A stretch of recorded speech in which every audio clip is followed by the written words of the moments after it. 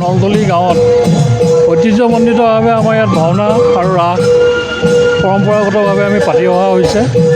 এইবাৰ আমাৰ ৰাস কিছু পতা দেৰি হৈছে, কাৰণ আমাৰ গাঁৱতে উদীয়মান যুৱক কেইবাজনো ঢুকাইছে। সেইটোৰ কাৰণে আমি জুৰীয়া ভাওনা পাতিব নোৱাৰিলোঁ আৰু ৰাসো আমাৰ সেইকাৰণে অলপ শেহতীয়া হৈছে। গুৰুজনাৰ যি সৃষ্টি, এই কলা সংস্কৃতি ধৰি ৰাখিবৰ কাৰণে কলীয়াবোৰত বিশেষকৈ নলতলী গাঁৱত অতীজৰে পৰা মানে ব্যৱস্থা কৰি অহা হৈছে আৰু আমাৰ যি উপৰি পুৰুষসকল আছিলে সেইসকলো ইয়াত খুব সুন্দৰ ভাও বা ৰাস পাতি আহিছিলে। নলতলী গাঁৱৰ উদ্যোগত বন্তি পুথিভঁৰালৰ ব্যৱস্থাপনাত গাঁৱৰ যুৱক যুৱতীসকলে এইবাৰ ৰাস শেহতীয়াকৈ হ'লেও উদযাপন কৰিছে।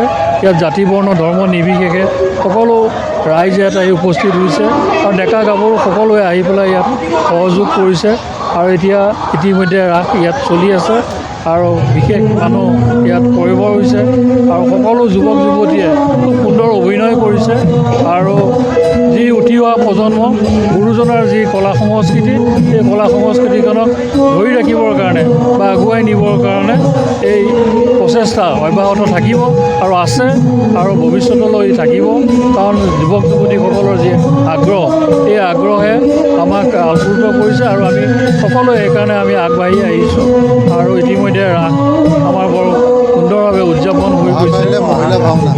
আৰু অহাকালিলৈ আমাৰ ইয়াত আই মাতৃসকলে ভাওনা প্ৰদৰ্শন কৰিব।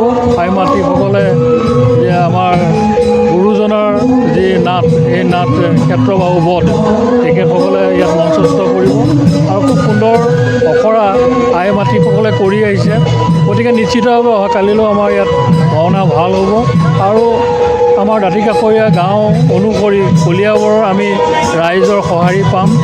গতিকে আজি যেনেকৈ আমি বিপুল সঁহাৰি পাইছোঁ, কালিলৈও আমি ৰাইজৰ সঁহাৰি আশা কৰিছোঁ আৰু গুৰুজনাৰ যি কলা সংস্কৃতি, এই কলা সংস্কৃতিয়ে আইসকলৰ মাজত যিহেতুকে ইয়াত উপস্থিত হৈছে, তেখেতসকলেও এই সুন্দৰ ভাৱ ইয়াত প্ৰদৰ্শন কৰিব বুলি আমি আশাবাদী।